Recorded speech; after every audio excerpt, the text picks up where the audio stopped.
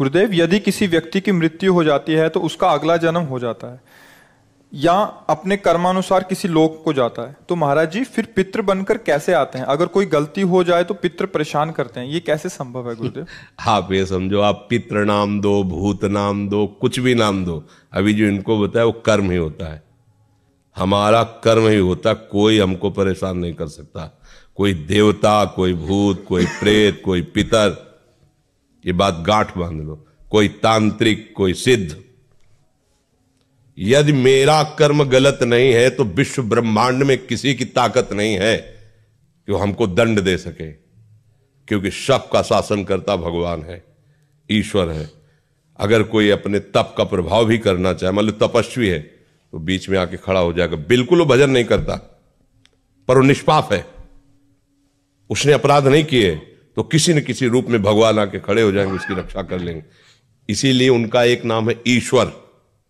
संपूर्ण जीवों का शासन उनके हाथ में है और सब जगह विराजमान है।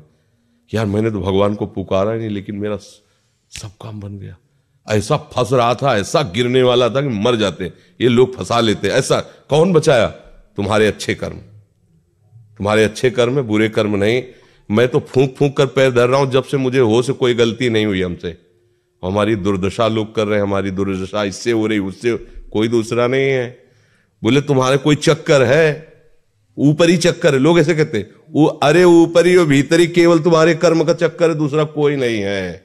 वही कर्म भूत बन करके तुम्हें सताएगा, वही कर्म पितर बन करके, वही कर्म ग्रह बन करके सताएगा, कोई नहीं सता सकता। जो पे कृष्ण चरण मन अर्पित तो कर हैं का नवग्रह रंग, रंग माने भिखारी। ये भिखारी नवग्रह तुम्हारा बाल बांका भी नहीं कर सकते यदि कृष्ण चरणारविंद में चित्त लगाए हो, और सब ग्रह तुम्हारे अनुकूल है और प्रभु से तुम विमुख हो तो कोई तुम्हारी रक्षा नहीं कर सकता, तुम्हारे कर्म तुम्हें नष्ट कर देंगे। ये सिद्धांत सबकी समझ में नहीं आता है। अगर समझ में आ जाए तो भूल जाओ कि कोई पितर है, कोई भूत है, कोई प्रेत है, वही है, वही, दूसरा कोई नहीं है। वही तुम्हें दंड देने के लिए कभी भूत बन जाते हैं, कभी मृत्यु बन जाते हैं, कभी नाना प्रकार की घटनाएं बन जाते हैं। और इसीलिए उनका भजन करोगे तो असली रूप में आपको मिलेंगे। प्रेमानंद स्वरूप, महान सौंदर्य समुद्र, करुणा समुद्र। वही नहीं कहते जो विमुख है, अधर्माचरण करता है, उसके लिए मैं काल रूप भयंकर हूं। भगवान ही कह रहे, मैं उसके लिए भयंकर रूप हूं।